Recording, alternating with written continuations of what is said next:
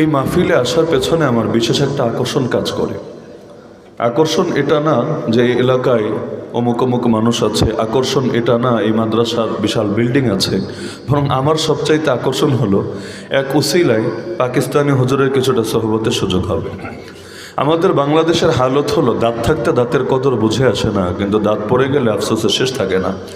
হজরতের দু একটা কিতাব আল্লাহ তাআলা আমাকে পড়ার তৌফিক দান করেছেন। জয়ীফ হাদিস দিয়ে যেটা লেখা সেটাও আল্লাহ তাআলা পড়ার তৌফিক দান করেছেন। এলাউ সুনানের উপর যেটা কাজ আল্লাহ পড়ার তৌফিক দান করেছেন। আমার নিজের জীবনে বারবার আমার শুধু একাধিকবার মনে হয়েছে যে আমারও একটা শূন্যতা হলো আল্লাহ তাআলা একদিনের জন্য হজরতের সাগরেদ হওয়ার তৌফিক দেন নাই, সরাসরি হজরতের সামনে হাঁটু গেড়ে বসে এলেম শেখার তৌফিক দেন নাই।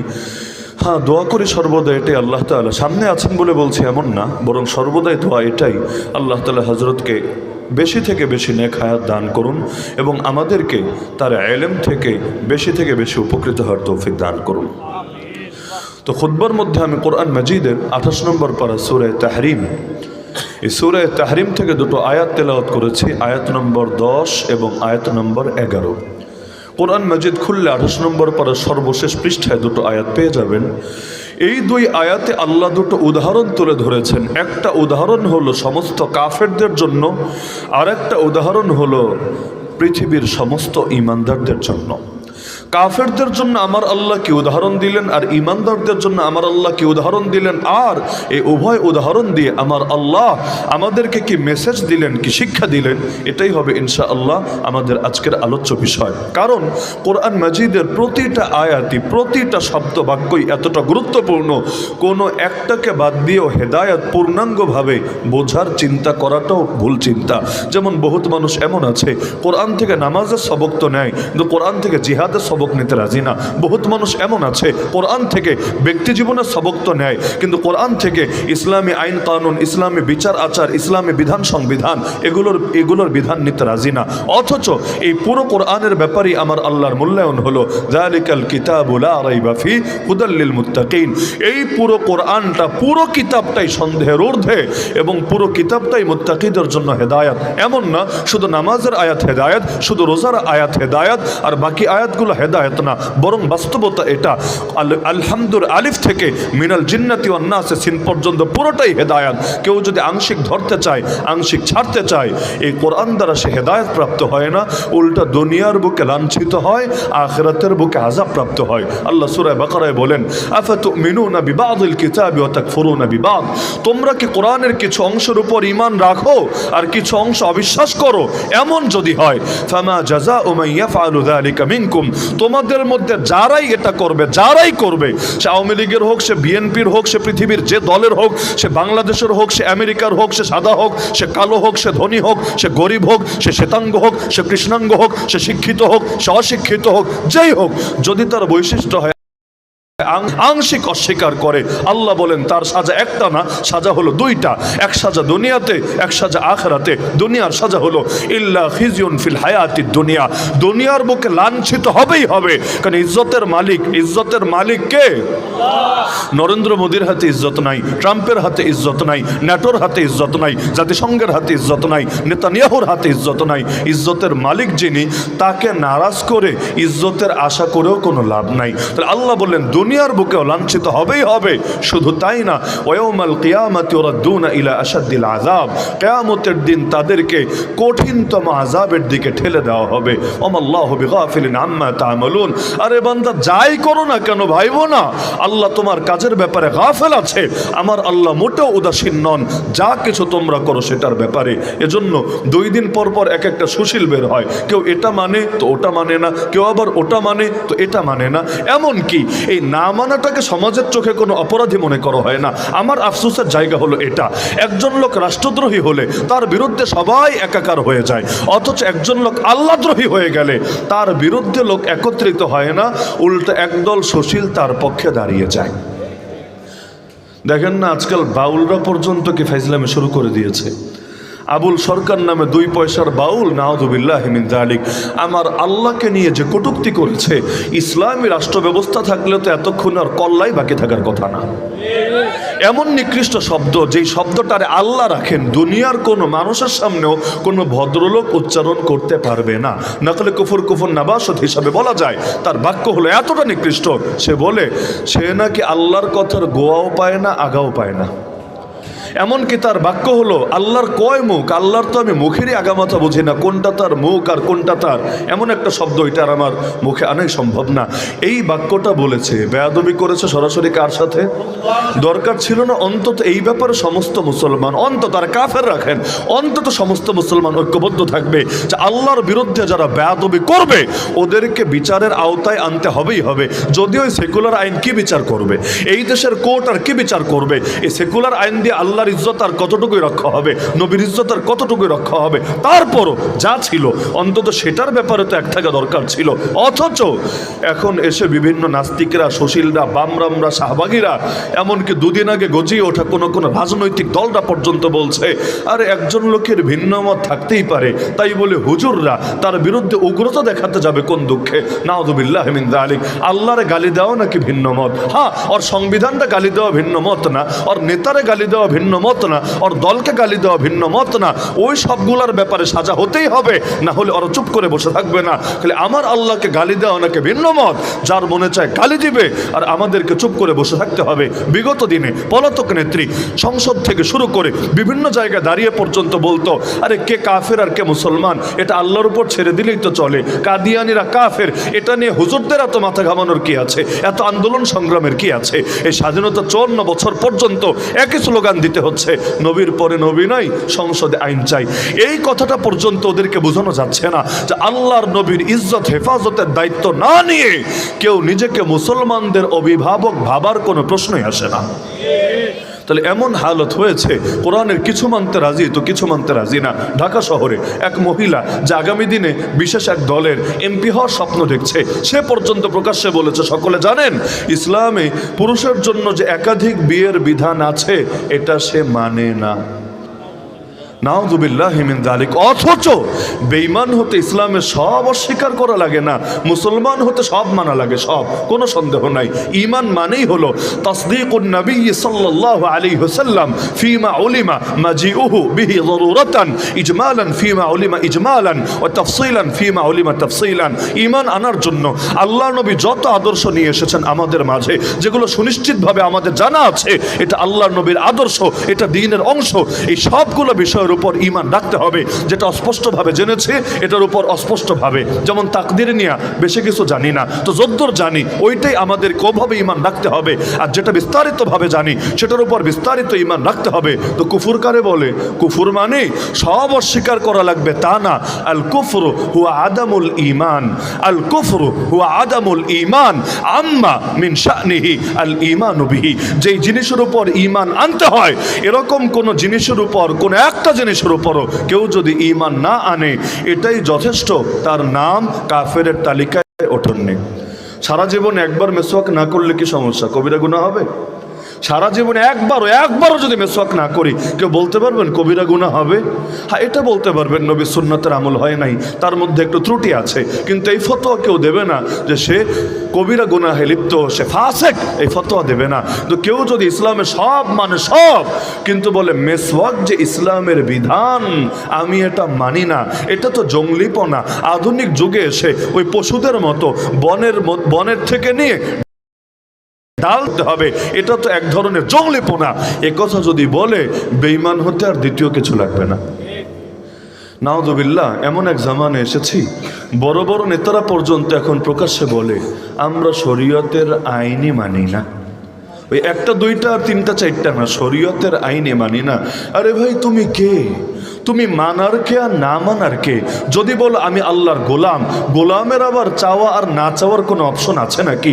মনিবের চাওয়াই তো গোলামের চাওয়া, মনিবের বলাই তো গোলামের বলা, মনিবের কথাই তো গোলামের কথা। গোলাম মনিবের বাইরে গিয়ে না কিছু বলতে পারে, না কিছু করতে পারে। মনিব বলে দিয়েছেন একটা, গোলাম যদি দাবি করে আর একটা, ও নিজের গোলাম দাবি করবে কোন মুখে? একদিকে বলবে আমরা আল্লাহর গোলাম, আর একদিকে আল্লাহর বিরুদ্ধে বুড়া আঙ্গুলি দেখাবে। আরে সূরা আর রহমানের চ্যালেঞ্জ গ্রহণ করুক তাহলে, ইয়া মাশারাল জিন্নি ওয়াল ইনস ইন ইসতাতাতুম আন তানফুযু মিন আকতারিস সামাওয়াতি ওয়াল আরদি ফানফুযু। হে জিন জাতি আর মানব জাতি, এই আসমান আর জমিনের বর্ডার ক্রস করতে বললে করো, করো। আল্লাহর জমিনের বাইরে যাও, সেখানে গিয়ে যা মনে চায় তা বলো, যা মনে চায় তা করো। কিন্তু না, থাকবা আল্লাহর জমিনে, থাকবা আল্লাহর মালিকানার ভেতরে, আর দিন শেষে বুড়া আঙ্গুল দেখাবা আল্লাহকে। এটা তো হয় না, এটা তো হয় না। বরঞ্চ যে যার নুন খায় তাকে তার গুণ গাইতেই হয়। এটাই স্বাভাবিক ব্যাপার না? তো কোরআনের পুরোটাই তো আমাদের জন্য হেদায়েত, পুরোটা, কোনো একটা অংশ বাদ নাই। তো এখন কোরআনে আমার আল্লাহ অতীতের বিভিন্ন ঘটনার দিকেও ইঙ্গিত করেছেন। এগুলো আমাদের জন্য হেদায়েত নাকি হেদায়েত না? কোরআনে অতীতের ঘটনা, ভবিষ্যতের ঘটনা ডাইরেক্ট কয়টা আছে? বর্তমান পৃথিবীতে যা হচ্ছে নাম নিয়ে কয়টা ঘটনার ব্যাপারে ডাইরেক্ট এগুলোর নাম আছে? আর বিভিন্ন মূলনীতি আছে, বিভিন্ন ইশারা আছে, কিন্তু অতীতের ঘটনা নিয়ে কি লম্বা আমার আল্লাহ করেছে? এমনকি আমার জানা মতে এক ফেরাউনের নামই কোরআনের মধ্যে ৭৪ বার আছে। কয়বার? কয়বার? 74, ৭৪ বার এক ফেরাউনের নাম। অথচ পুরো কোরআন তন্ন তন্ন করে খুঁজলে একজন মাত্র সাহাবীর নাম পাওয়া যাবে, তাও মাত্র একবার। দ্বিতীয় কোনো সাহাবীর ডাইরেক্ট নামই কোরআনে পাওয়া যাবে না। যে সাহাবীর নাম পাওয়া যাবে তিনি হলেন নবীজির পালক পুত্র যায়েদ রাদিয়াল্লাহু আনহু, যায়েদ রাদিয়াল্লাহু আনহু। এছাড়া না আবু বকর পাবেন, না ওমর পাবেন, না ওসমান পাবেন, না আলী পাবেন রাদিয়াল্লাহু আনহুম আজমাইন। আর তাদের দিকে বিভিন্ন ইঙ্গিত পাবেন, বিভিন্ন ইশারা পাবেন, বিভিন্ন আয়াতের তাফসীরের মধ্যে তাদের কথা পাবেন, লেকিন সরাসরি নাম পাবেন না। এমনকি মুহাম্মদ শব্দটা, মুহাম্মদ শব্দটা কোরআনের এই এতগুলো আয়াতের ভেতরে এসেছে মাত্র কয়বার? 4 বার। কয়বার? কোরআনের এত আয়াত ৬,২৩৬ আয়াত। যদি আপনারা আবার ৬,৬৬৬ বলেন, আন্দাজের উপর বলে আর কি লোকে, না জীবনে গোনে না গোনার আগ্রহ রাখে, ওই শুনে এসেছে বাস বলতেই থাকে, বলতেই থাকে। এখন যেটা নাই সেটা আনিয়ে দেবে কিভাবে? শ্বশুর বাড়ি থেকে অর্ডার করলেও তার বাকি আয়াত পূরণ করা সম্ভব না। তো ৬,৬৬৬ নাই কোরআনে, ৬,২৩৬ এর ভেতরে মুহাম্মদ শব্দটা আছে কয়বার? বলেন না, কয়বার? কয়বার? 4 বার। আর ফেরাউন আছে কয়বার? ৭৪ বার। কেন? অনেক বড় বুজুর্গ ছিল এই কারণে, অনেক বড় পীর সাহেব ছিল এই কারণে। এমনকি খেলে ৭৪ বার তার নাম আছে এতটুকুই কথা না, বরঞ্চ প্রতিবার তার নাম নিলেও 50টা করে নেকি হবে। আমার নাম নিলে কয় নাকি, আপনার নাম নিলে কয় নাকি, এই মাহফিলে সবার নাম নিলে কয় নাকি। হ্যাঁ, যাদের নামের মধ্যে এমন শব্দ আছে যেটা কোরআনে আছে তাদের নয় তো এই শব্দটা অনুসারে নেকি হবে। কিন্তু এক ফেরাউনের নাম একবার নিলেই 50 নেকি, তাও সর্বনিম্ন। রমজান মাস হলে নেকি আরও বেশি, নামাজের মধ্যে পড়লে নেকি আরও বেশি। তাহলে একবার পড়লেই যদি 50টা করে নেকি হয়, 74 74 বার পড়লে কতগুলো নেকি এক মাননীয় ফেরাউন মহোদয়ের নাম বলে বলেই আমাদের আমল নামায় যুক্ত হয়ে যায়। কি জন্য? এটা এ কারণে না, বেচারা অনেক বড় বুজুর্গ ছিল, অনেক বড় পীর ছিল, অনেক বড় গাছ কুতুব আবদাল ছিল, বরং এ কারণে কোরআনে তো আমার আল্লাহ উভয় হেদায়েত দিবেন, ভালো লাইনের হেদায়েতও দিবেন, মন্দ লাইনে কি কি আছে এগুলোর ব্যাপারেও তো আমার আল্লাহ সতর্ক করবেন। তা আমার আল্লাহ সমস্ত বাতিল এবং জালেমদেরকে চিহ্নিত করার জন্য এই ফেরাউনকে বিশেষভাবে উদাহরণ বানিয়েছেন, বিশেষভাবে উদাহরণ বানিয়েছেন। এক্ষেত্রেও আমার আল্লাহ ওর মূল নামটাকে পুরো আড়ালি করে দিয়েছেন। ফেরাউন কারো নাম না, এই নামে কোনোদিন পৃথিবীতে কোনো মানুষ ছিলই না। ফেরাউন নামে পৃথিবীতে কোনো মানুষ কোনোদিন ছিলই না। ফেরাউন মানে হলো প্রেসিডেন্ট, ফেরাউন মানে হলো বাদশাহ, ফেরাউন মানে হলো রাষ্ট্রপতি। মিশরে যে প্রেসিডেন্ট হতো, মিশরীরা ওদের মাতৃভাষায় তাকে ফেরাউন বলে ডাকতো। আমাদের যারা প্রেসিডেন্ট হয় আমরা যেমন আমাদের মাতৃভাষায় তাদেরকে রাষ্ট্রপতি বলে ডাকি। তা আমার আল্লাহ ওর নামটাকে আড়াল করে দিয়েছেন, ওই ফেরাউন শব্দটা দিয়ে আমার আল্লাহকে বুঝিয়েছেন। যদিও ওর আগেও বহুত ফেরাউন ছিল, ওর পরেও বহুত ফেরাউন ছিল, তো ফেরাউন শব্দটা ওর নামের সঙ্গে অঙ্গাঙ্গিভাবে লেগে গিয়েছিল। যেমন সিলেটের মধ্যে, পুরো বাংলাদেশের মধ্যে কাকের তো কমতি নাই, বহুত কাক আছে, কালো কাক থেকে শুরু করে বহু রকমের কাক আছে। তো কাউয়া বললে লোকে পুরো বাংলাদেশে একজনই বোঝে।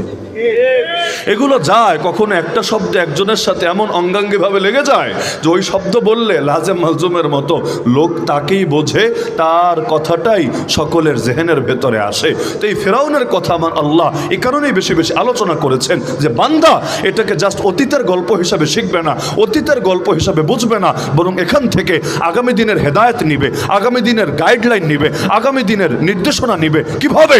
যে এক ফেরাউন লোকান্তরে লক্ষ ফেরাউন ঘরে ঘরে ধরে আগামী দিনে কিয়ামত পর্যন্ত যত ফেরাউন আসবে, নিজে জামানার মূসা হয়ে আসা হাতে নিয়ে ওই জামানার নিত্য নতুন ফেরাউনের মোকাবেলা কিভাবে করবে, বান্দা সেই সবক নিবে কোরআনের এক একটা আয়াত থেকে।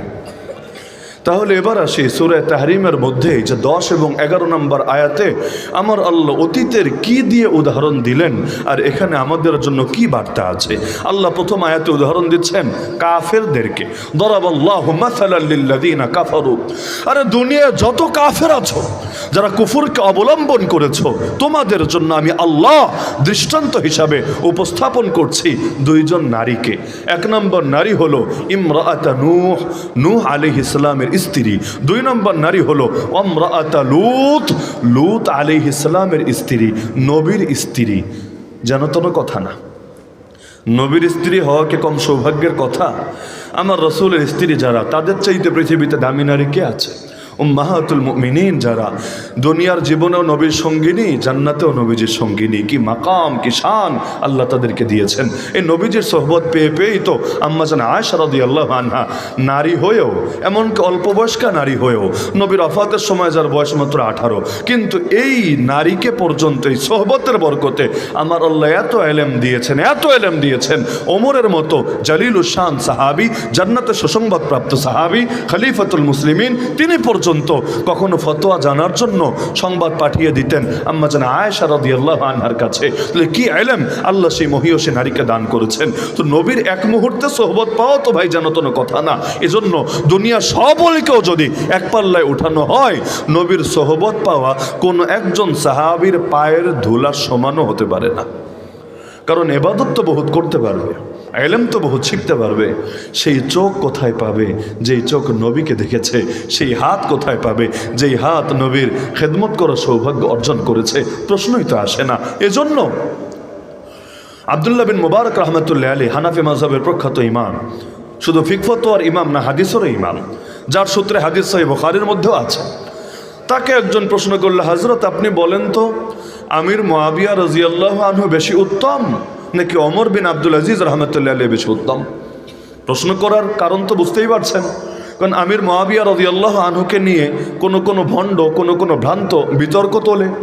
আর ওমর বিন আব্দুল আজিজ রহমতুল্লাহ আলাইহি যদিও সাহাবী না, কিন্তু তাকে নিয়ে কেউ বিতর্ক তুলবে এটা কল্পনাও করা যায় না। এমন একজন ব্যক্তি শাসন করেছেন মাত্র 2 বছর, বেশি না, মাত্র 2 বছর, মাত্র 99 হিজরি থেকে নিয়ে 101 হিজরি, মাত্র 2 বছর। কিন্তু ইতিহাসের পাতায় আজও তার নাম স্বর্ণের অক্ষরে লেখা। এমনকি খুলাফায়ে রাশেদিনের পরে যেই কয়েকজনের নাম থাকবে শীর্ষে, তার মধ্যে ওমর ইবনে আব্দুল আজিজ রহমতুল্লাহ আলাইহির নামটাও থাকবে বিশেষভাবে। তাহলে জিজ্ঞেস করলো যে আমির মুআবিয়াকে নিয়ে যেহেতু বিতর্ক আছে, বলেন আমির মুআবিয়া উত্তম নাকি ওমর বিন আব্দুল আজিজ বেশি উত্তম? তিনি এক বাক্যে বললেন, আরে পাগল, কার সাথে কার তুলনা দিচ্ছ? মুআবিয়া রাদিয়াল্লাহু আনহু নবীজির সঙ্গে যে জিহাদে শরীক হয়েছেন, সেই জিহাদে তিনি যে ঘোড়া ব্যবহার করেছেন, সেই ঘোড়ার নাকের ভেতর দিয়ে যে ধুলোবালিগুলো প্রবেশ করেছে, এরকম এক একটা ধুলিকোনা হাজার ওমর বিন আব্দুল আজিজের চাইতে বেশি উত্তম। তাহলে নবীর সামান্য সময় সোহবত পাওয়া তো যেন তেন ব্যাপার না, রাদিয়াল্লাহু আনহুম ঘোষণা পেয়ে যায় মানুষ। এমনকি আপনি চিন্তা করেন, জাদুঘর যাদেরকে ফেরাউন ভাড়া করে এনেছিল বিভিন্ন শহর থেকে, কেন? নবী মুসা আলাইহিস সালামকে লাঞ্ছিত করবে বলে, পরাজিত করবে বলে। চাইলে তো এমনি মারতে পারে, কে না করবে? ওই বাচ্চাকালেই তো কত বাচ্চাকে সে মেরেছে, নবী মুসাকেও মারতে চেয়েছে। কোন বাপের বেটা সাহস ছিল ফেরাউনকে জবাবদিহিতার আওতায় আনবে, ফেরাউনের উদ্দেশ্যে প্রশ্ন ছুড়ে দিবে? প্রশ্ন ছুড়লে তো উপায় নাই, কল্লাই থাকবে না। ওই যুগে তার আয়নাঘর ছিল না, আয়নাঘরে ভরে রাখবে। ওই যুগে তার ক্রস ফায়ার ছিল না, যে কালো বাহিনীরে ছেড়ে দিবে আর গিয়ে ক্রস ফায়ার দিয়ে শেষ করে দিবে। ওই জামানায় সিস্টেম যা ছিল তাই তো প্রয়োগ করতো সে। তো এখন এই বড়কালে এসে বাচ্চাকালে মুসারে মারতে চেয়েছে, কোনো জবাবদিহি লাগে নাই, কিন্তু বড়কালে নবী মুসা আলাইহিস সালামকে মারার জন্য নাটক সাজাচ্ছে, জাদুঘর আনিয়েছে। কেন? কারণ সে জানে ইতিমধ্যে নবী মুসার দাওয়াত অনেকের কর্ণকুহরে পৌঁছে গিয়েছে। এখন যদি তাকে ডাইরেক্ট মেরে ফেলে, তাহলে কোনো বিপ্লবীকে যদি মারে, সেই বিপ্লব তেলে বেগুনে আরো জ্বলে ওঠে, সেটা প্রত্যেকের হৃদয়ে গিয়ে প্রবেশ করে। রক্ত যদি পরে কোনো আদর্শের গোড়ায়, সেই আদর্শ পৃথিবীর বুকে প্রতিষ্ঠিত হয়েই থাকে। এজন্য চিন্তা করলো না, এভাবে ডাইরেক্ট মেরে দমানো যাবে না, কারণ মেরে কখনোই বিপ্লব থামানো যায় না। আবু সাইদকে মেরে সরকারের কি লাভ হয়েছিল? মুগ্ধকে মেরে সরকারের কি লাভ হয়েছিল? না মারলে বরং লাভ হতো। এই মারার কারণে মানুষের ভেতরে এমন রাগ, এমন ক্ষোভ, এমন ক্রোধ সঞ্চার হয়েছিল। আরে আমাদেরকে 2021-এ একজন দুজন না, হাজার হাজার আলেমকে জেলে না ভরলে ওদের কি ক্ষতি ছিল? ওরা ভেবেছে জেলে ভরলে সবাই দমে যাবে, কিন্তু হয়েছে উল্টোটা, হয়েছে উল্টোটা।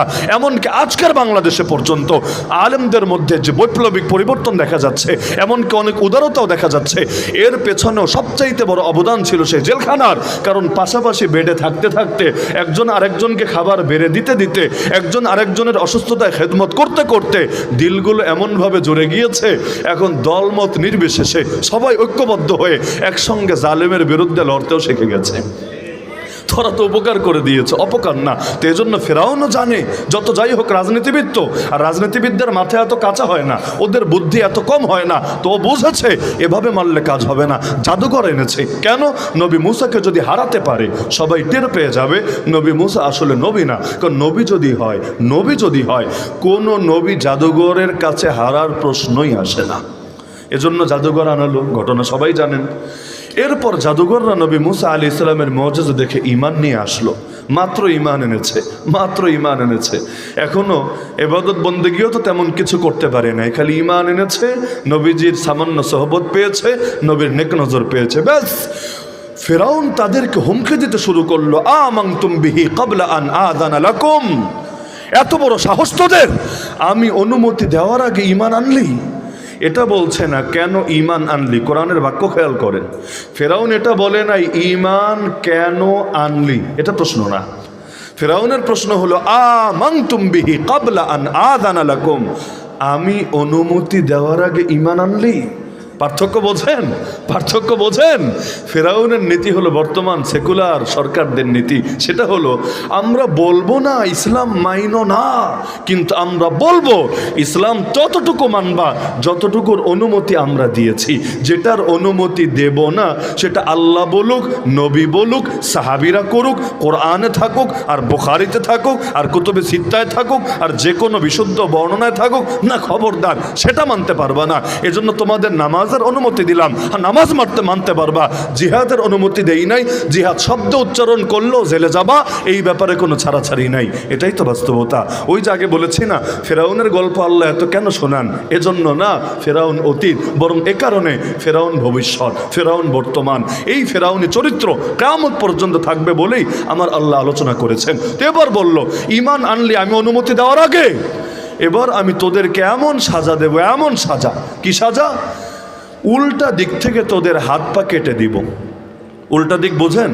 ডান হাত যদি কাটে তাহলে বাম পা কাটবে, আর বাম হাত যদি কাটে ডান পা কাটবে। কারণ এক সাইড দিয়ে কাটলে তো বাকি সাইড দিয়া কোনো রকম কাজ চালায় নিতে পারবে। এলোমেলো করে যদি কাটে তাহলে একদম অচলই হয়ে যাবে। শুধু তাই না, শুধু কেটেই শেষ করব তা না, ওয়ালা উসাল্লিবান্নাকুম ফি জুযুআইন নাখল, তোদেরকে খেজুর গাছের কাণ্ড দিয়ে শুলি বানিয়ে সেই শুলিতে চড়িয়ে হত্যা করব।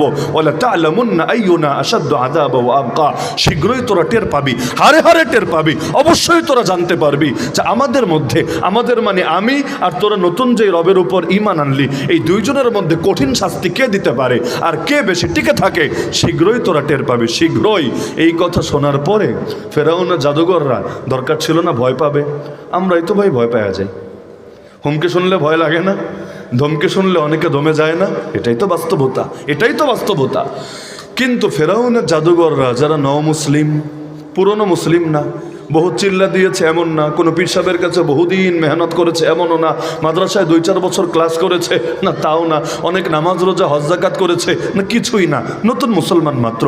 কিন্তু এই নবীর সোহবতে, আমি যে প্রসঙ্গে বলছিলাম যে নবীর সোহবতে আল্লাহ তাদের ঈমানে এমন পাওয়ার দিয়ে দিলেন, এই নতুন মুসলমানরা এমন জবাব দিল যেটা আমার মতো পুরান মুসলমান হয়তো পারবে না। তারা বলল, আরে ফেরাউন কিসের ভয় দেখাচ্ছিস রে পাগলা, ফাকদি মা আনতা কাদ, তোর যে বিচার করতে মনে চায় কর না। কি বিচার করবি তুই? তোর যে বিচার করতে মনে চায় কর।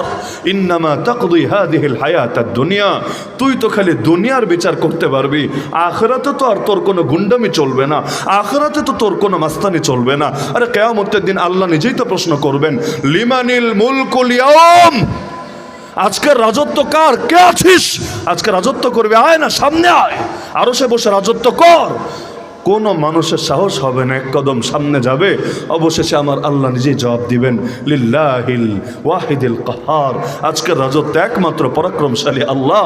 তো এখন জাদুঘররা বলল যে তোর যেই বিচার করতে মনে চায় কর, কিন্তু দুনিয়ার বিচারিত করতে পারবি, আখিরাতের কিছু তো করতে পারবি না। আর দুনিয়ায় যদি আমাদেরকে মেরে ফেলিস না, বড় লাভ হবে, বড় উপকার হবে।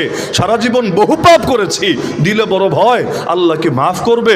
তুই যদি আমাদের মেরে ফেলিস না, আমাদের রক্তের প্রথম ফোঁটা মাটিতে গড়িয়ে পড়ার আগেই আল্লাহ আমাদেরকে মাফ করে দিবে। ইন্না নাতমাউ আন ইয়াগফিরা লানা রাব্বুনা খাতায়ানা আন কুন্না আউওয়ালাল মুমিনিন। তাহলে নবীদের সোহবতের মধ্যে সামান্য বরকত না অনেক বেশি বরকত? তাহলে সেখানে নবীর স্ত্রী, তার চাইতে বেশি সোহবত পাওয়ার সুযোগ কার আছে? বাইরের মানুষ কয় মিনিট নবীকে পাবে, কয় ঘন্টা নবীকে পাবে, আর ঘরের বউ দিনে রাত্রে কি পরিমাণ তার সোহবত পাবে। তাহলে নূহ আলী ইসলামের স্ত্রী, লূত আলী ইসলামের স্ত্রী, তাদের সামনে তো এই সম্ভাবনা ছিল তারা জামানা সর্বশ্রেষ্ঠ মহিয়সী নারী হবে, এই সুযোগই তো ছিল। কিন্তু আমার আল্লাহ বলেন, দুনিয়ার সব কাফেররা শোনো, দুনিয়ার সব বেঈমানেরা শোনো, এই নূহ আলী ইসলামের স্ত্রী, লূত আলী ইসলামের স্ত্রী ছিল তো নবীর স্ত্রী, কিন্তু নবীর আদর্শকে নিজেদের আদর্শ বানায়নি। ছিল নবীর স্ত্রী, কিন্তু আদর্শ বানিয়েছে উল্টোটা। ফাখানাতাহুমা ফালাম ইউগনি আনহুমা মিনাল্লাহি শাইআ, যার কারণে এই নবীরাও তাদেরকে আর আল্লাহর গজব থেকে বাঁচাতে পারেনি। ঘরের বউকেও আল্লাহর গজব থেকে বাঁচাতে পারেনি। আপনি বলবেন, হ্যাঁ আল্লাহ, এটা কেমন কথা? তার নবীর ঘরে বধূ হিসাবে কোনো পাপিস, কোনো ফাসেক নারী, কোনো কাফের নারী, এটা আসা কি সম্ভব? আসলেই তো চিন্তার বিষয়। এই ক্ষেত্রে মূলনীতি হলো, আমার আল্লাহ কখনো কোনো নবীর ঘরে কোনো দুশ্চরিত্রা নারী, যার চরিত্রে দাগ আছে, যার চরিত্রে কলঙ্ক আছে, যার চরিত্রে কালেমা আছে, এমন কাউকে আমার আল্লাহ কখনো কোনো নবীর বধূ বানিয়ে ঘরে আনান নাই। লেকিন কখনো এমন হয়েছে যে সে নিজে কোনো দুশ্চরিত্রে এমন না, কোনো পতিতাবৃত্তি করে এমন না, চরিত্রে দাগ আছে এমন না, কিন্তু নবীর আদর্শের উল্টা তার আদর্শ। নবী দাওয়াত দেয় তাওহীদের, নবী দাওয়াত দেয় ঈমানের, নবী দাওয়াত দেয় সুন্নার, কিন্তু তারা আদর্শ গ্রহণ করেছে উল্টাটা, এমনটা হয়েছে। এখন আপনি বলবেন, আল্লাহ এটা কেমন কথা? মুশরিক হতে পারে বউ, কিন্তু দুশ্চরিত্রা নারী হতে পারে না বউ, অথচ শিরিকের পাপ তো জিনার পাপের চাইতে আসলেই খারাপ। আসলেই তো খারাপ। জিনার পাপের চাইতে শিরিকের পাপ বেশি খারাপ না? অবশ্যই বেশি খারাপ। তাহলে শিরিকে জড়িত কেউ যদি ঘরের বউ হতে পারে, তাহলে জিনায় জড়িত কেউ বউ হতে পারবে না কেন? হ্যাঁ, এখানে বড় একটা পার্থক্য আছে। নবীরা যেহেতু মানুষকে দাওয়াত দেবে, তাদের উপরে সকলের আস্থা থাকা জরুরি। আস্থা। এখন কারো চরিত্রেই যদি সমস্যা থাকে, বা তার ঘরের বউয়ের চরিত্রে যদি সমস্যা থাকে, মানুষ কখনোই তার দাওয়াত কবুল করবে না। বলবে, যার নিজের চরিত্রই ঠিক নাই, আমাদেরকে কিসের দাওয়াত দিবে? যে নিজেই আছে অন্ধকারে, আমাদেরকে কিসের জন্য, কিসের ভিত্তিতে আলোর পথে আনবে? এজন্য দাওয়াতের পথে বাধা হতে পারে যা মানুষের সোসাইটিতে, কাফের, মুশরিক, বেঈমান সকলের সোসাইটিতে যেগুলোকে দোষ মনে করা হয়, কলঙ্ক মনে করা হয়, এরকম কোনো কিছু আমার আল্লাহ না কোনো নবীর সঙ্গে রেখেছেন, না তাদের ঘরের বধূদের মধ্যে রেখেছেন। কিন্তু কাফের হওয়া, মুশরিক হওয়া, এটা আল্লাহর দৃষ্টিতে অপরাধ, ইসলামের দৃষ্টিতে অপরাধ, কোরআনের দৃষ্টিতে, কিতাবের দৃষ্টিতে অপরাধ, সন্দেহ নাই। তো মানুষের সোসাইটিতে এটা দাওয়াত গ্রহণের ক্ষেত্রে বড় বাধা না, কারণ অধিকাংশ মানুষই তো কাফের ওই সময়, অধিকাংশ মানুষই তো মুশরিক এই সময়। এজন্য এই দুইটার মধ্যে বেশ পার্থক্য আছে। এ কারণে চরিত্রের বিষয়টা তো এতটা সেন্সিটিভ বলেই ইউসুফ আলাইহিস সালামকে যখন চেয়েছিল বাদশা বের করে আনবে, কারণ এত ভালো মানুষ, এত সুন্দর স্বপ্নের ব্যাখ্যা দিতে পারে, বলেছিল আমি বের করে আনবো তোমাকে জেলখানা থেকে। ইউসুফ আলাইহিস সালাম বলেছেন, না, বললেই বের হবো এমন না, যতদিন পর্যন্ত প্রমাণিত না হবে আমি নিরপরাধ, আমি নিষ্পাপ, আমি ভিকটিম, আমি মাজলুম, আমাকে মিথ্যা মামলা দিয়ে কারাগারে আনা হয়েছে, যতদিন প্রমাণ না হবে আমি কারো করুণা নিয়ে, আমি কারো দয়া নিয়ে, আমি কারো অনুগ্রহ নিয়ে জেল থেকে বের হব না। না হলে আমি মুক্তি তো পাবো, কিন্তু ইজ্জত তো পাবো না। মানুষ তো ভাববে যে লোকটা আসলেই খারাপ, আসলেই ব্যভিচারী, কিন্তু বাদশা দয়া করে, মায়া করে তাকে মুক্তি দিয়ে দিয়েছে। আমার এভাবে মুক্তি লাগবে না। আমি বের হব সেদিন যেদিন আসলেই আমার চরিত্রের ব্যাপারে পরিশুদ্ধি সকলের দিলে গিয়ে বসবে। অবশেষে ঠিক তাই হলো। বাদশা চেষ্টা চালিয়ে গেল, এক পর্যায়ে সেই নারীরাও স্বীকার করে নিল, না, আসলে ইউসুফের কোনো অপরাধ নাই, অপরাধ তাদের নিজেদের। তারাই এই পাপের ব্যাপারে তাকে অপবাদ দিয়েছে এবং এতদিন জেল খাটিয়েছে। এজন্য চরিত্র হেফাজত করা বড় জরুরি। মাথায় রাখেন, এ কারণেই দুনিয়ার বর্তমান দুনিয়ার কাফেররাও ইতিহাস যে ওরা পড়ে না তা না, কোরআন নিয়েও ওরা যে মোটেও রিসার্চ করে না তা না, ওরাও জানে যে হুজুরদেরকে, আলেমদেরকে, দ্বীনের দায়ীদেরকে মেরে মেরে দমানো যাবে না। এজন্য ওরাও চায় যে কোনোভাবে হয়তো চরিত্রকেই নষ্ট করে দিতে, না পারলেও চরিত্রের উপর আঘাত আনতে। বাস্তবে করুক না করুক, ইউসুফ আলাইহিস সালামের নামে যেমন অপবাদ রটিয়েছে, যে কোনো আলেম, সে যত বড় আলেম হোক, যত বড় আলেম হোক, তার নামে যদি দুই কেলেঙ্কারির কোনো এক কেলেঙ্কারির অভিযোগ ওঠে, অভিযোগ বাস্তবে লাগবে না, অভিযোগ ওঠে, এক নম্বরে নারী কেলেঙ্কারি আর দুই নম্বরে আর্থিক টাকা পয়সার কেলেঙ্কারি, আপনি দেখবেন মানুষ তার উপর ব্যাপকভাবে আস্থা হারাবেই হারাবে। বাস্তব নাকি অবাস্তব? এজন্য আপনারা দেখেছেন বিগত দিনে কোনো আলেমকে মিথ্যাভাবেও ফাঁসানোর চেষ্টা করা হয়েছে, কোনো আলেমকে রিমান্ডে নিয়ে পর্যন্ত ওদের অধীনে সেই হাতির ঝিল নিয়ে গিয়ে জোরপূর্বক নারীর সাথে ছবি তুলতে বাধ্য করা হয়েছে। কেন? যাতে করে জাতির সামনে এটা প্রকাশ করে তার চরিত্রে দাগ লাগাতে পারে, এমনকি কাউকে গ্রেফতার করে বিভিন্ন ধরনের অপবাদ রটানোর চেষ্টা করেছে। এটাই সিস্টেম, এটাই। এজন্য নবীওয়ালা আদর্শ সামনে রাখলে একটা জিনিস মাথায় রাখবেন, এখানে অনেক তালিবুল ইলমরাও আছেন, আগামী দিনের রাহবার হবেন, আগামী দিনের পথপ্রদর্শক হবেন, আল্লাহর ওয়াস্তে, আল্লাহর ওয়াস্তে, আল্লাহর ওয়াস্তে। নিজের চরিত্রের ব্যাপারে তো সচেতন সব মুসলমানই থাকবো, ওইটা আমি বলছি না, আল্লাহর ওয়াস্তে আপনাদেরকে কখনো যাতে ধোকায়ও ফেলতে না পারে, আপনাদের উপর কখনো যাতে আঙ্গুলে তুলতে না পারে, এটার ব্যাপারে সর্বোচ্চ সচেতন থাকবেন। পাপ করার তো প্রশ্নই আসে না, অপবাদ কেউ উঠাতে পারে এমন কোনো দরজাও কখনোই খোলা রাখবেন না। মনে থাকবে ইনশাআল্লাহ। বলবেন হুজুর এটা আপনার ব্যক্তিগত কথা কিনা, ব্যক্তিগত অভিমত কিনা? না না, একদিন আল্লাহ রাসূল সাল্লাল্লাহু আলাইহি সাল্লাম তার একজন স্ত্রী উম্মুল মুমিনিন রাদিয়াল্লাহু আনহা একজনকে নিয়ে যাচ্ছিলেন। পথিমধ্যে একজন সাহাবীর পাশ দিয়ে গেলেন, সেই সাহাবী ক্রস করলেন, তার এদিকে গেলেন। আল্লাহ রাসূল সাল্লাল্লাহু আলাইহি সাল্লাম সেই সাহাবীকে ডেকে বললেন, শোনো, আমার সাথে যাকে দেখলা সে হলো আমার স্ত্রী, সে হলো আমার স্ত্রী। যেহেতু পর্দাবৃতা ছিলেন, পরিচয় করে দিলেন সে হলো আমার স্ত্রী। সেই সাহাবী অবাক হয়ে গেল, সুবহানাল্লাহ, ইয়া রাসূলুল্লাহ, আপনি কি ব্যাখ্যা দিচ্ছেন? আপনি কি জবাবদিহি করছেন? আপনার ব্যাপারে আমাদের দিলে কখনো সন্দেহ আসবে নাকি? আসলে আসবে না, আসার প্রশ্নই আসে না। লেকিন আল্লাহ নবী সতর্কতা দেখেছেন, আল্লাহ নবী সচেতনতা দেখেছেন, দরকার ছিল না, তারপর এটা বলে নবী কিন্তু এই বার্তাই আমাদেরকে দিয়েছেন, ইত্তাকু মাওয়াদিআত তুহাম, তোহমতের জায়গাকে ভয় করে চলো। তোহমত আসতে পারে, অপবাদ আসতে পারে, অভিযোগ করতে পারে, এ ব্যাপারে সতর্ক থাকো। এটা আমি সবাইকে বলবো বিশেষভাবে, বিশেষ করে আগামী দিনে যারা রাহবার হবেন, আল্লাহ আপনাদেরকে এটা তৌফিক দান করুন বিশেষভাবে। তো যে প্রসঙ্গে বলছিলাম, নূহ আলাইহিস সালামের স্ত্রী, লূত আলাইহিস সালামের স্ত্রী, নবীর স্ত্রী হয়েও নবীরা তাদেরকে আল্লাহর গজব থেকে বাঁচাতে পারেনি। যেমন লূত আলাইহিস সালামকে আল্লাহ বলেছেন রাতের বেলা হিজরত করেন, যারা যারা ঈমান এনেছে তাদেরকেও সঙ্গে নেন, ফ্যামিলিকেও সঙ্গে নেন, তবে সাবধান, ইল্লাম রাআতাক, নিজের বউকে সাথে নিতে পারবেন না, খবরদার, তাকে রেখে যাবেন, শুধু রেখেই যাবেন তা না, ওয়ালা ইয়ালতাফিত মিনকুম আহাদ, যখন হিজরত করবেন খালি ফরওয়ার্ড, খালি সামনের দিকে যাবেন, সামনের দিকে যাবেন, ঘাড় ঘুরিয়ে ভুলেও পেছনে তাকাবেন না, ভুলেও পেছনে তাকাবেন না। আর স্ত্রীকে যে রেখে আসবেন, ইন্নাহু মুসিবুহা মা আসাবাহুম, গোটা জাতির উপর যে গজব নামবে, গোটা জাতিকে আল্লাহর যে আযাব আক্রান্ত করবে, আপনার বউকেও একই আযাব আক্রান্ত করবে। হ্যাঁ, ভাইবেন না অনেক পরে হয়তো আযাব আসবে, না না, আপনারা হিজরত করবেন শেষ রাতে, ইন্না মাওয়াইদাহুমুস সুবহ, আর ওদের উপর গজব নামবে সকাল হলেই, আলাইসা সুবহু বিকারিব, আর সকাল তো বেশি দূরে না, সকাল তো বড়ই নিকটে। তাহলে নবীর স্ত্রীর উপরও গজব আসলো কেন? কেউ বলতে পারবে না, কেউ না। নবী লূত আলাইহিস সালামের স্ত্রী নিজে সমকামিতা করত, এটা ওই যুগে ছিলই না। নারীতে নারীতে সমকামিতা লূত আলাইহিস সালামের যুগে এটা কারো কল্পনায় আসেন, এটা ছিলই না। এগুলো তো এই আধুনিক জাহেলিয়াতের আবিষ্কার। আমরা যে পূর্বের যুগের থেকেও খারাপ হয়েছি, এগুলোর নমুনা। হাজারটা উদাহরণ দেওয়া সম্ভব। জাহেলি যুগের জাহেলি যুগের জাহেলি মানুষগুলো যে লেভেলে ছিল, আমরা এর চাইতেও নিচের লেভেলে নেমে এসেছি। ওরা যা করত আমরা এর চাইতে আরও নিকৃষ্ট হয়েছি। উদাহরণ দিতে গেলে এখানে আলোচনা অনেক লম্বা হবে, এজন্য উদাহরণে যাচ্ছি না। কখনো সুযোগ হলে আলাদা করে শুধু আমি দেখাবো 10-20টা উদাহরণ দিয়ে, যে আমরা তো জাহেলি যুগকে গালি দেই, কিন্তু জাহেলি যুগের মানুষেরা যে নিকৃষ্ট পাপগুলো করত, অনেকগুলো পাপের ক্ষেত্রে আমরা ওদেরকে ছাড়িয়ে গিয়েছি, ওদের কল্পনায়ও আসে নাই এমন এমন নিকৃষ্ট পাপ আমরা এখন হর হামেশা করে যাচ্ছি। আল্লাহ হেফাজত করুক আমাদেরকে।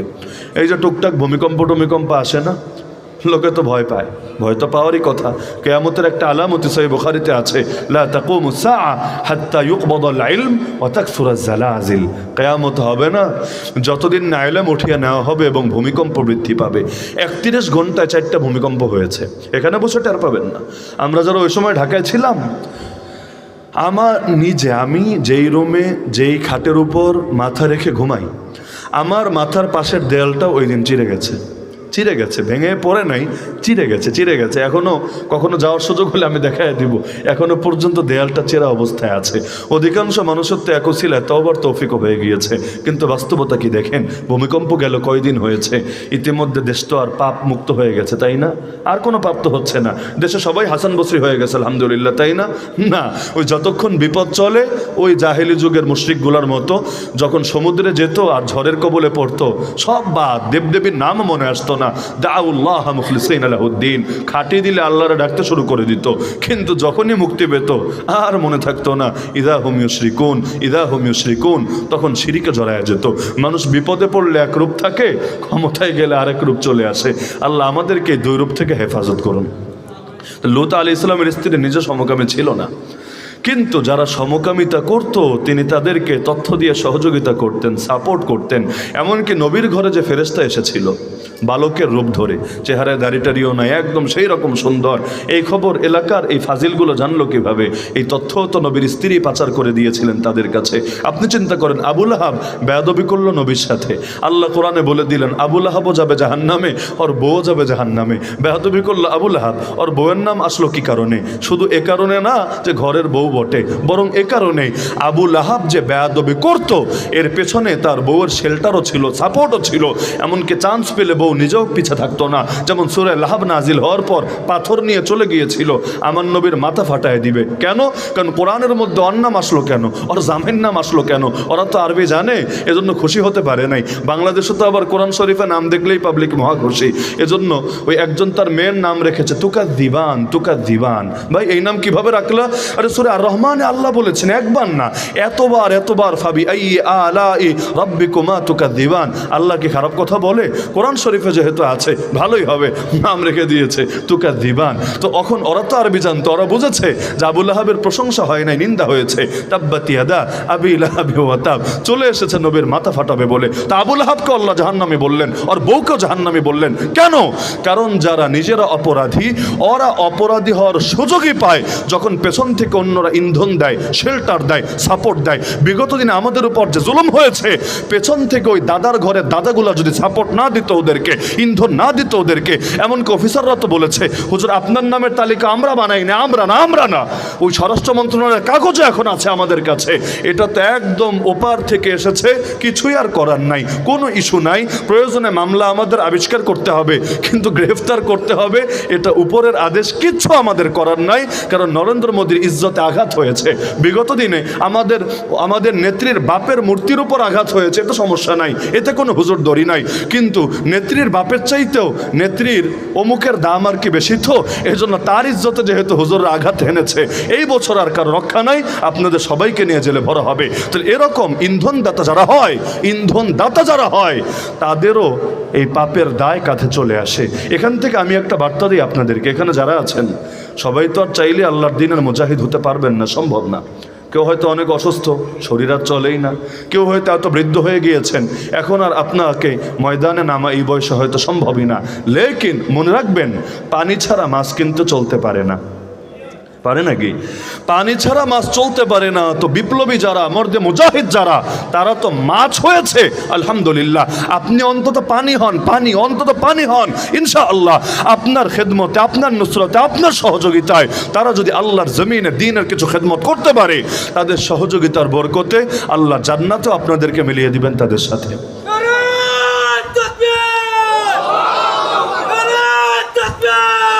এজন্য এখানে যারা আছেন সবাই তো আলেম না, চাইলে মাদ্রাসায় বাচ্চাদেরকে কোরআন পড়াতে পারবেন না, এলেম নিজেরই নাই, পড়াবেন কিভাবে? কিন্তু যারা পড়াচ্ছে তাদের খাদেম হয়ে যান না, যারা মাদ্রাসাগুলো চালাচ্ছে তাদের সহযোগী হয়ে যান না, ইনশাআল্লাহ তারা যেদিন জান্নাতে যাবে আল্লাহ আপনাদেরকেও তাদের সাথে মিলিত করে দিবে। হার লাইনে মনে রাখবেন, মাস হতে পারলে তো পারলামই আলহামদুলিল্লাহ, আর বলার কিছু নাই।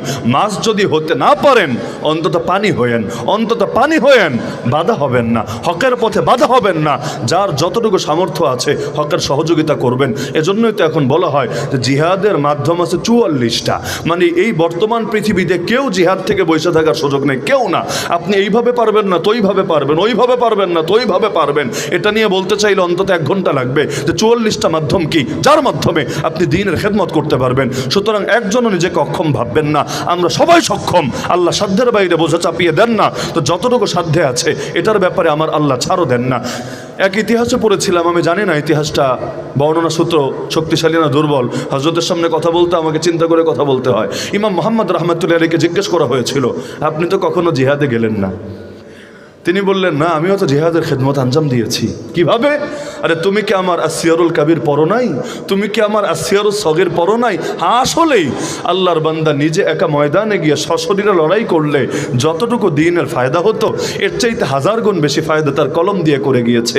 জিহাদের ব্যাপারে এমন কিতাব লিখে গিয়েছে, যে কোনো মাযহাবের যে কোনো মর্দে মুজাহিদ জিহাদ করতে যাক না কেন আজকের যুগেও তাকেও ইমাম মুহাম্মাদের সেই কিতাব থেকে উপকৃত হতে হবেই হবে। কারণ এত আগে এত বিস্তৃতভাবে ইসলামের জিহাদ নিয়ে এত সুন্দর করে কেউ লেখা যায়নি, কেউ না। এজন্য সমস্ত মুজাহিদিনরা চিরকাল ইমাম মুহাম্মদ রহমতুল্লাহ আলাইহির উপর ঋণী হয়ে থাকবে। তো সুতরাং পিছায় থাকার সুযোগ তো কারো নাই। আল্লাহ যাকে যেই লাইনে শক্তি দিয়েছেন সেই লাইনে আপনার লড়াই চলবে। যেমন কোরআনে আল্লাহ বলেছেন জিহাদ 2 প্রকার। কয় প্রকার? জিহাদ কয় প্রকার? ইয়া আইয়ুহান নবী জাহিদুল কুফার ওয়াল মুনাফিকিন। হে নবী, কাফিরের বিরুদ্ধেও জিহাদ চলবে, মুনাফিকের বিরুদ্ধেও জিহাদ চলবে, উভয় গোষ্ঠীর বিরুদ্ধে আপনি জিহাদ করবেন। কিন্তু আমার নবী কাফিরের বিরুদ্ধে জিহাদ করেছেন সবাই জানি। কোথায়? বদরে, কোথায়? উহুদে, কোথায়? খন্দকে, কোথায়? তাবুকে, কোথায়? হুনাইনে। এরকম 27টা প্লাস 47টা। নিজে থেকেছেন 27টাতে, আরও পাঠিয়েছেন 47টাতে। প্রচুর জিহাদ করেছেন কাফেরদের বিরুদ্ধে। কিন্তু মুনাফিকের বিরুদ্ধে জিহাদ করলেন কবে? আল্লাহ তো আদেশ দিলেন, নাউজুবিল্লাহ। তাহলে নবীকে আল্লাহর আদেশ মানেন নাই? নবী না মানলে মানবেটাকে? কোরআনের উপর প্রথম আমলকারী তো আমার নবী। আমার নবীকে তো জিন্দা কোরআন বলা হয়, কানা খুলুকুহু আল কোরআন। নবীর জীবনাদর্শ হুবহু কোরআন। তা আল্লাহ নবীকে জিহাদ করতে বলেছেন কয় রকম? 2 রকম। কিন্তু বদরে, উহুদে, খন্দকে, তাবুকে, হুনাইনে জিহাদ দেখি কয় রকম? 1 রকম। তাহলে আরেক রকম জিহাদ গেল কোথায়? নবী তো কোনো মুনাফিকের কল্লা কাটেন নাই, ওমর কাটতে চাইলে কাটতে দেনও নাই। তাহলে মুনাফিকের বিরুদ্ধে জিহাদ করলেন কিভাবে? সর্বযুগের সর্বশ্রেষ্ঠ মুফাসসির আব্দুল্লাহ বিন আব্বাস রাদিয়াল্লাহু আনহু ব্যাখ্যা করেছেন। আর এই জিহাদ কিভাবে বুঝবা তোমরা? সেটা হলো ইয়া আইয়ুহান নবী জাহিদুল কুফারা বিসসিনান ওয়া জাহিদুল মুনাফিকিনা বিল বায়ান। আল্লাহ বলতে চেয়েছেন, হে নবী, কাফেরের বিরুদ্ধে জিহাদ করবেন তরবার দিয়ে, মুনাফিকের বিরুদ্ধে জিহাদ করবেন দলিল দিয়ে, প্রমাণ দিয়ে, ইলম দিয়ে, বিতর্ক দিয়ে, ওদের ভণ্ডামির মুখোশ জাতির সামনে খুলে দিয়ে। আমাকে বলেন, কাফেরের বিরুদ্ধে জিহাদ তো সেই করতে পারবে যার গায়ে শক্তি আছে, দিলে হিম্মত আছে। কিন্তু মুনাফিকের বিরুদ্ধে জিহাদ আলেম ছাড়া আর কে করতে পারবে? হিজবুত তাওহীদের বিরুদ্ধে কিভাবে জিহাদ করবেন? যদি বলেন না তরবারি চালাবো না, রে ভাই, তাহলে তো মানুষ বুঝবেই না এগুলো ভণ্ড। মানুষ তখন বলবে, আর পত্রিকায় তখন লিখবে মুসলমানে মারামারি, হুজুরে কাটাকাটি, মানুষ মিসগাইড হবে। কিন্তু এদের ভণ্ডামির মুখোশ খুলে দেন না জাতির সামনে, ইনশাআল্লাহ গোটা জাতি তখন ওদের বিরুদ্ধে ঐক্যবদ্ধ হয়ে যাবে। কাদিয়ানি 2টারে 4টারে আপনি যদি সাইজে করে দেন, এতে কি হবে? তো যতদিন পর্যন্ত এদের ভণ্ডামির মুখোশ জাতির সামনে না খুলবে ততদিন পর্যন্ত গোটা জাতি তাদের ব্যাপারে ধোকায় থাকবে। এই যে বাউলগুলো এত বাড়া বেড়েছে কিভাবে জানেন? কারণ বাউলের ব্যাপারে এই দেশের মানুষের এলেমে ঘাটতি আছে, অনেকেই জানে না কোত্থেকে আসলো এই বাউলরা, কোত্থেকে আসলো তারা। এমনকি লালনের সেই আখড়ায় পর্যন্ত কত এমন মানুষও যায় যারা নামাজ পড়ে, যারা রোজা রাখে, অথচ লালন মুসলমান। এই প্রমাণ কোনো বাপের বেটা কোনোদিন দিতে পারবে না আমাদের সামনে এসে, কোনো বাপের বেটা পারবে না। তাহলে বলবে না ধর্মের নাম কি, ওকে হিন্দু না খ্রিস্টান? না, ওর আলাদা ধর্মই আছে। লালন ধর্ম মানব ধর্ম, ওর আলাদা ধর্মই আছে। যেই ধর্মে মানবতাই সব কথা, ওই আল্লাহ আর রাসূল কি বললেন এগুলা পরের কথা, ওর মানবতাই সব কথা। এমনকি ওদের কাছে গাজা ছাড়া তো ওদের ধর্ম চলেই না। ওদের লোকেরাই তো প্রকাশ্যে বলেছে, স্যার এই বছর যদি গাজা বন্ধ করে দেন 30 জন লোকও তো ওরসে আসবে না। তার মানে বাপের টানে আসে না, জিকিরের টানে আসে না, আসে গাঞ্জার টানে। গাঞ্জা যদি না পায় ওদের সব প্রেম সব ভক্তি যাবে বের হয়ে, নাউযুবিল্লাহি মিন যালিক। অথচ এগুলোর পক্ষে পর্যন্ত কত মানুষ দালালি করে। আর সংসদে পর্যন্ত দাঁড়াইয়া এই বাউলদের প্রতিনিধি মমতাজ পর্যন্ত শিয়াশিত্তা পড়েছে, শিয়াশিত্তা গর্বের সাথে এই বাণীগুলো প্রচার করে মুসলমানদের সামনে নিজের কত বড় হুজুরনি, কত বড় মৌলানা, কত বড় আলেমা হিসাবে জাহের করার ধান্দা করে। অথচ অধিকাংশ বাউলরে ইমানদার মনে করলে আপনার ইমানই নষ্ট হয়ে যাবে। অধিকাংশ, আমি সবাইরে এক কাতারে নাই ফেললাম, অধিকাংশ বাউলকে আপনি ইমানদার ভাবলে আপনার নিজের ইমানে শেষ হবে। এগুলো এই রকম নিকৃষ্ট পর্যায়ে জিন্দিক। আল্লাহ জাতিকে ওদের ফিতনা থেকে হেফাজত করুন। এমনকি কাফেরকে বোঝানো যায়, এগুলোর বোঝানো যায় না। যে ঘুমিয়ে থাকে তাকে জাগানো যায়, যে ঘুমের ভান ধরে পড়ে থাকে ওরে জাগানোর কি উপায়? তাহলে এই আয়াত থেকে আমরা শিক্ষা কি পেলাম? আমরা শিক্ষা পেলাম আপনি যেই দলের হন, যেই ধারার হন, যেই দেশের হন, যেই সার্কেলের হন, নিজের ভেতর যদি ঠিক করতে না পারেন, আপনাকে আপনার দল, আপনার নেতা, আপনার বাপ, আপনার সন্তান, আপনার হুজুর, আপনার পীর, পৃথিবীর কেউ আপনাকে আল্লাহর গজব থেকে বাঁচাতে পারবে না। আল্লাহ রসুল সাল্লাল্লাহু আলাইহি ওয়াসাল্লাম কি আবু তালেবকে জান্নাতে নিতে পারবেন? ইব্রাহিম আলাইহিস সালাম কি তার বাবার জন্য আল্লাহর কাছে ক্ষমা প্রার্থনা করতে পারবেন? এই অনুমতি তো আল্লাহ দিবেন না। এজন্য আবু তালেব যখন মরে মরে অবস্থা, নবী তখন তাকে গিয়ে বোঝাচ্ছেন, চাচা বেশি না একটা বার, খালি একটা বার, আশফা লাকা বিহা ইনদাল্লাহ, জবাবুল আমর এটা, আমি দায়িত্ব নিচ্ছি আল্লাহর কাছে আপনার জন্য সুপারিশ করব, সুপারিশ। তাও সুবহানাল্লাহ, নবীর শব্দ দেখেন, নবী এটা বলেন নাই চাচা দায়িত্ব নিচ্ছি জান্নাতের টিকিট দিয়ে দিব আপনাকে, একদম কনফার্ম জান্নাতি, না এই দায়িত্ব নেন নাই। নবী দায়িত্ব নিয়েছেন আল্লাহর কাছে আপনার জন্য সুপারিশ করব, সুপারিশ। আর এই যুগের 2 পয়সার এক একটা ভণ্ড পীর নিজেরা মুরিদের জান্নাতের ঠিকাদারি নিয়ে বসে থাকে। আর নামাজ রোজাও লাগবে না, উযু গোসলও ঠিকভাবে লাগবে না, খালি ওরসের সময় ওরে খুশি করে দিতে পারলেই চলবে। আর এক একজনের পকেটের সাইজও মাশাআল্লাহ, আমার অর্ধেক সাইজে যারা মনে হয় আস্ত ওর পকেটেই গিয়ে ঢুকতে পারবে। এই পকেট যতদিন পর্যন্ত না ভরবে, ওর পেটটারে যতদিন পর্যন্ত গাজী টাঙ্কির সাইজ না বানাতে পারবে দেওয়ানবাগের মতো, ততদিন পর্যন্ত জান্নাতের টিকিট হবে না। এইটা যদি করতে পারে, নামাজ পড়ুক না পড়ুক, রোজা রাখুক না রাখুক, জান্নাতের গ্যারান্টি দিয়ে দিবে। অথচ নবীও জান্নাতের গ্যারান্টি দিচ্ছেন না, বরঞ্চ বলছেন দায়িত্ব নিচ্ছি আল্লাহর কাছে আপনার জন্য সুপারিশ করব, সুপারিশ। তো চাচা, আপন চাচা, বাপ না থাকলে চাচা বাপের মতো না, বাপ না থাকলে চাচা বাপের মতো না। আর নবীর বাপ যদি থাকতেন কি করতেন নবীর জন্য, কি করতেন? আমি তো দেখি আবু তালেব বাপের চাইতে মোটেও কম করে নাই। বাপ থাকলে যা করতো আবু তালেব এর চাইতে মোটেও, আমি দেখি মোটেও কম করে নাই। আরে আবু তালেব একটা অমুসলিম নেতা হয়ে বলতে পারে, এই কুরাইশ শোন, যতদিন আমি জীবিত আছে আমি, তোরা মোহাম্মদের ধারে কাছেও পৌঁছতে পারবি না। যদি মোহাম্মদের গায়ে টাচও করতে হয়, হাত্তা ওয়াসাদা ফি তুরাবি দাফিনা, ওর কবিতা আজও সংরক্ষিত আছে, আমাকে মেরে মাটির ভেতর আগে দাফন করবে, লাশ বানাবি, ওই আমার কবরের উপর পাড়া দিয়ে যাবি, কিন্তু আমি বেঁচে থাকতে তোরা মোহাম্মদের কোনো ক্ষতি করতে পারবি না। এমনকি সে নিজের আকীদাও ক্লিয়ার করে দিয়েছে, লাউলাল মালামাতু আও হাযারু মাসাব্বাতিন লাওয়াজাদতানি সামহাম বিযাকা মুবিনা। যদি গালি খাওয়ার ভয় না থাকতো, যদি গালি খাওয়ার ভয় না থাকতো, নিন্দুকের নিন্দার ভয় না থাকতো, ভাতিজা তুমি দেখতে আমি তোমার ধর্মের জন্য পুরাই উৎসর্গ হয়ে গিয়েছি, পাছে লোকে কি না বলে এই ভয়ে পারে নাই ইমান আনতে। যেমন আপনারা অনেকে দাঁড়িয়ে রাখতে পারেন না কেন, পাছে না লোকে আবার আঙ্কেল আঙ্কেল বলে, আবার না হুজুর হুজুর বলে টিটকারি মারে। অনেকে পাঞ্জাবি পড়তে ভয় পায় কেন, লোকেরা বলবে বেটা এতদিন কত ফাইজলামি করলি, তুই ভেবেছিস অতীত ভুলে গিয়েছি, এখন মোল্লা সাজলিয়ে বয়সে এসে টিটকারি মারবে, টিটকারি। বহুত মানুষ ভালো হতে চেয়েও ভালো হতে পারে না, পাছে লোকে কি না বলে। দেখেন না আমরাই আমি আমাকে দিয়ে উদাহরণ দেই, জিহাদের কথা বলতেও ভয় পাই কেন, পাছে না লোকে জঙ্গি বলে, পাছে না আমাদেরকে জঙ্গি বলে গুম করে রাখে, নাউযুবিল্লাহি মিন যালিক। দুনিয়ার লোকে কি বলবে না বলবে, কি ভাববে না ভাববে, এটা চিন্তা করে আল্লাহকে নারাজ করে ফেলি। অথচ সব কিছুর কন্ট্রোল কার হাতে? আল্লাহর হাতে সব কিছুর কন্ট্রোল। হায়াত আল্লাহর হাতে, মৌত আল্লাহর হাতে, সব কিছু আল্লাহর হাতে। আপনি যেই হন না কেন, আপনি সেকুলার দল করেন আর ইসলামী দল করেন, ইসলামী দল। আজকাল এটা বোঝানো জটিল হয়ে গিয়েছে। কেউ কোনো দলে থাকলে মানুষ মনে করে দলে সবাই তো ভাই কনফার্ম জান্নাতি বটে, কোন একজনকে নিয়ে কথা বলা মানে ইসলাম নিয়ে কথা বলা, কোন একজনকে নিয়ে কথা বলা মানে আপনি জান্নাতের বিরুদ্ধে জাহান্নামের কাছাকাছি চলে যাওয়া। এখন কেউ দলের ব্যানার লাগায়া যদি ইসলামের বিরুদ্ধেও বলে চুপ থাকতে হবে, দলের ব্যানার লাগায়া যদি কোরআনের বিরুদ্ধেও সে কোনো মন্তব্য করে চুপ থাকতে হবে, দলের ব্যানার লাগায়া সে যদি চরম অপব্যাখ্যা করে অপব্যাখ্যা তবুও মুখে তালা মেরে রাখতে হবে, কেন ট্রেডমার্ক, তারা জান্নাতি ট্রেডমার্ক পেরে গিয়েছে, নাউযুবিল্লাহ মিন যালিক। অথচ নবীর বউ হয়ে পারে নাই আল্লাহর গজব থেকে বাঁচতে। মূল বিষয় আপনি কার সঙ্গী এটা না, মূল বিষয় আপনার আদর্শ কি সেটা। এজন্য নবীজি ফাতেমাকে বোঝাচ্ছেন, ফাতেমা শোনো, ঈমান আমল যদি নিয়ে না যাও দুনিয়া থেকে, আমি তোমাকে আল্লাহর আযাব থেকে বাঁচাতে পারবো না। তবে যদি ঈমান আমল নিয়ে যেতে পারো, গায়রা আন্নালি বিকুম রাহিমান সাআবুল্লুহা বিবালালিহা, তোমার সাথে আমার যে আত্মীয়তার বন্ধন আছে আমি অবশ্যই এটাকে সিক্ত করব, এর হক আদায় করব, তোমার জন্য আল্লাহর কাছে সুপারিশ করব, কিন্তু ওইটা না হলে আমি কিছুই পারবো না। এজন্য নূহ নবী কেনানকে বাঁচাতে পেরেছিলেন।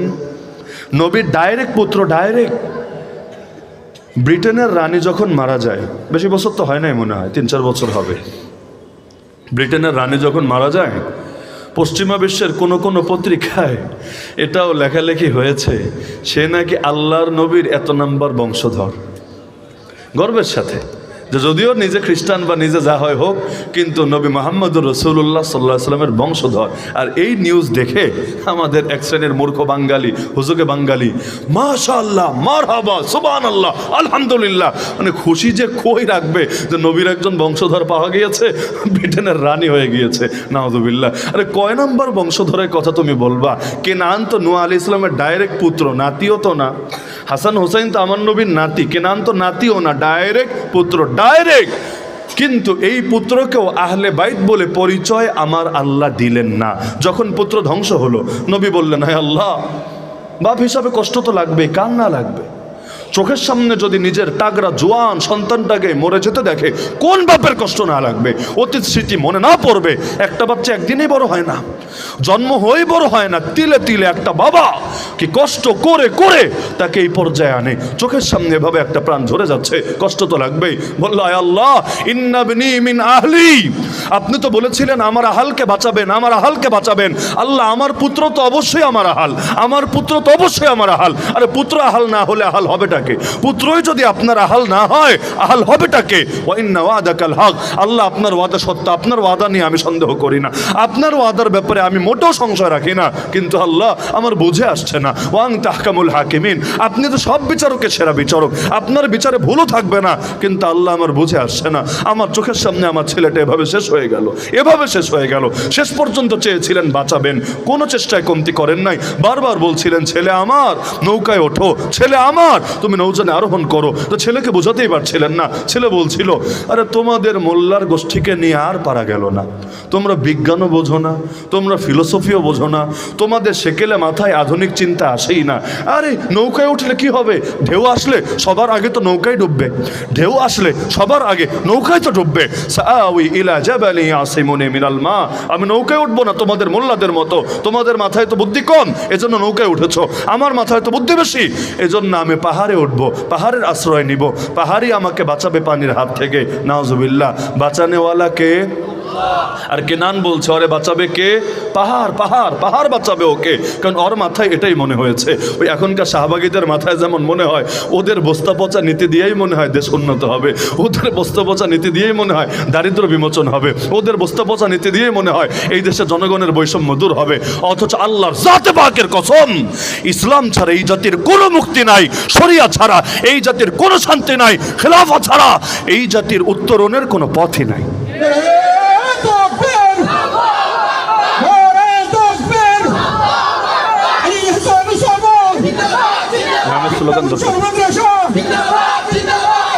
ব্যক্তির নামে স্লোগান না দেওয়ার অনুরোধ, কারণ আমরা যতদিন পর্যন্ত না মরব, হক নিয়ে যে চিরকাল থাকতে পারবো কোনো গ্যারান্টি তো নাই। ফাইনাল হাইয়া লা তু'মানু আলাইহিল ফিতনা, সাহাবী আব্দুল্লাহ বিন মাসউদ রাদিয়াল্লাহু আনহু বলেছিলেন, জীবিত মানুষ ফিতনা থেকে নিরাপদ না।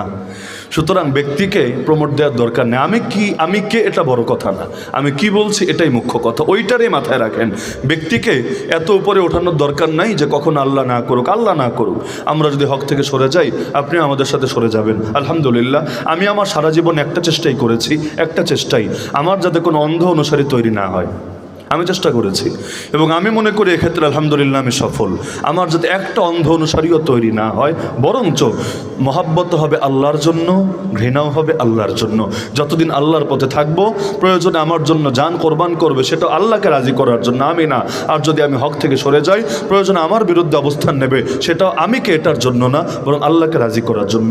এজন্য আবু বকর রাদিয়াল্লাহু আনহু এক ছেলে পরে মুসলমান হয়েছে, সে বলেছিল, বাবা বদরের ময়দানে তোমাকে পেয়েছিলাম আমার তরবারির নাগালের ভেতরে, চাইলেই একদম তোমার শেষ করে দিতে পারতাম, তো যতই হোক তুমি আমার বাবা, আমার জন্মদাতা পিতা, স্বজন প্রীতি করেছি, তোমাকে মারি নাই।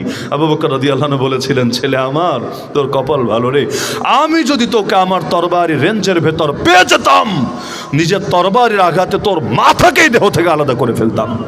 কারণ আমি তোকে জন্ম দিতে পারি, কিন্তু যেই ছেলে আমার নবীর বিরুদ্ধে যুদ্ধে নামে, আমার নবীর বিরুদ্ধে অস্ত্র ধারণ করে, তার মাথাকে দেহ থেকে আলাদা করতে আমার মোটেও বিবেকে বাঁধবে না।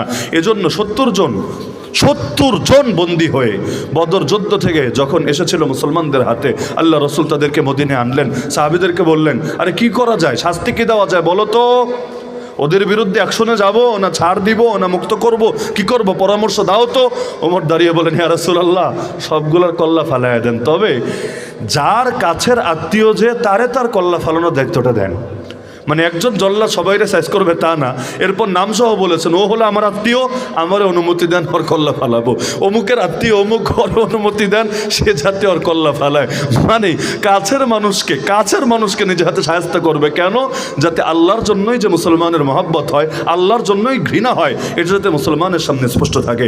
এজন্য এই মানসিকতা যদি অর্জন করতে পারেন, ইনশাআল্লাহ আপনার দলও যদি আজকে ভণ্ডামি করে, আপনি দলকে জায়গার উপর হলুদ কার্ড না লাল কার্ড দেখায় নিজের ঈমানকে হেফাজত করতে পারবেন ইনশাআল্লাহ। আর না হলে বলবেন, দল জাহান্নামে গেলে আমিও জাহান্নামে। ওই যে কিছু বাতিল ফেরকা আছে, আমি নাম মুখে আনতে চাই না, সিলেটেও আছে, টুকটাক আছে, এরা এই জবাব দেয়, অমুক আশপাশের দেশের অমুক যদি জাহান্নামে যায়, আমিও যাব জাহান্নামে, হুজুররা যা বলুক, যা ফতোয়া দেখ, সমস্যা নাই, অমুকের কথা দিয়ে আমাদের জীবন চলবে, এর জন্য মারপিট করা লাগলে মারপিট করব, ছাত্রদের মাথা ফাটানো লাগলে মাথা ফাটাবো, আলেমদের রক্তে রঞ্জিত করা লাগলে হাতাও করব, অমুক জাহান্নামে গেলে আমরাও জাহান্নামে যাব। আশা করি যারা বোঝার বুঝেছেন, আর যারা না বোঝার তাদের সামনে নামও বলার দরকার নাই। তো এরকম অন্ধ হয় না আল্লাহর হস্তে। হ্যাঁ, আমি ওনাকে কষ্ট দেওয়ার জন্য বলি নাই, উনি আবার বিব্রত বোধ করার দরকার নেই, জাভেদ ভাই আমার অত্যন্ত মহব্বতের মানুষ, কিন্তু আমি এটা মনে করেছি সবার সামনে স্পষ্ট থাকলে ভালো, যে ব্যক্তিকে দরকার নেই, ব্যক্তিকে এত প্রমোট দেওয়ার দরকার নাই, আদর্শকে প্রমোট দেন ইনশাল্লাহ, আদর্শটাই মূল কথা। ব্যক্তি যদি আদর্শের সঙ্গে থাকে আলহামদুলিল্লাহ, আদর্শের বাইরে গেলে নাউজুবিল্লাহ, ঠিক আছে না ইনশাআল্লাহ। কারণ হকের বাইরে চলে গেলে, ধরেন জামাই মুসলমান, বউ বেঈমান, যতই প্রেম থাক, যতই মহব্বত থাক, যতই রিলেশন থাক, চেষ্টা করা হবে তাকে ইমানদার বানাতে, যদি ফিরে না আসে কি হবে জানেন, কষ্ট করে তালাকও দেওয়া লাগবে না, ইসলামী কোর্টের কাজে যিনি হবেন, বিচারক হবেন, ফয়সালা দিবেন, তোমাদের সংসার ইতিমধ্যে বরবাদ হয়ে গিয়েছে, কারণ একজন এক আদর্শে আরেকজন আরেক আদর্শে, একজন আল্লাহর পক্ষে আরেকজন ইবলিসের পক্ষে, এই সংসার বিচ্ছিন্ন হয়ে গিয়েছে। সুতরাং এই সূরা তাহরিমের 10 নম্বর আয়াত থেকে শিক্ষা গ্রহণ হলো, নিজের আদর্শের ব্যাপারে সচেতন হতে হবে। এই যে কেনান বাঁচে নাই, কেন বাঁচে নাই, জবাব আল্লাহ নিজে দিয়েছেন, হ্যাঁ নো, তুমি তাকে জন্ম দিতে পারো, কিন্তু ইন্নাহু লাইসা মিন আহলিক, সে তোমার আহাল না। যারা আল্লাহকে মানে না, যারা নবীর নামে কালেমা পড়ে না, তারা আর যাই হোক, তোমার ঘরে জন্মগ্রহণ করা, তোমার ঔরস থেকে জন্ম লাভ করা সন্তান হলেও তোমার আহাল হতে পারে না। সুতরাং আদর্শের ব্যাপারে সচেতন হবেন তো ইনশাআল্লাহ।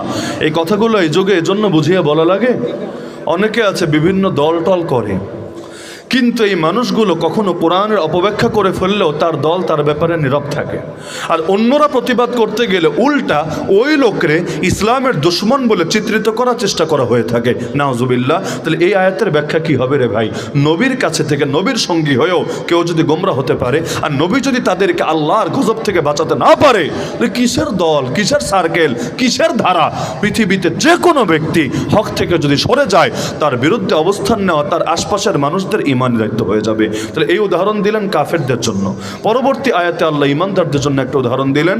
তবে ইতিমধ্যে আমারও টাইম সমাপ্ত হয়েছে, আলোচনা অনেক দীর্ঘ হয়েছে, আমার গলা ভাঙা হওয়ার কারণে কথা বলতেও কষ্ট হচ্ছে। গত 2 দিন ধরে গলা ভাঙা, মাঝে মাঝে কিছু মাইক এমন ভালো থাকে, আজকেরটা ভালো আর কি, এমনি এক এলাকা নাম বলার দরকার নেই, এমন মাইকের কবলে পড়েছি, এক বয়ান করতে করতে গলা ভেঙে বুক ব্যথা হয়ে এরপর গলা ঠিক হতে কতদিন লাগবে আল্লাহ ভালো জানে। তা আমি প্রথমে ভেবেছিলাম এত লম্বাটাই মনে হয় কথাই বলতে পারবো না। আসলে আমি আপনাদেরকে ওয়াজ করি নাই, উস্তাদকে সবক শুনিয়েছি, হুজুরকে মূলত সবক শুনিয়েছি। এর মধ্যেও যদি কোনো ভুল বার্তা থাকে ইনশাআল্লাহ হুজুর অবশ্যই ধরিয়ে দিবেন, আপনাদেরকে সচেতন করবেন। এজন্যই কোরআনের মাহফিলে সভাপতি আলেম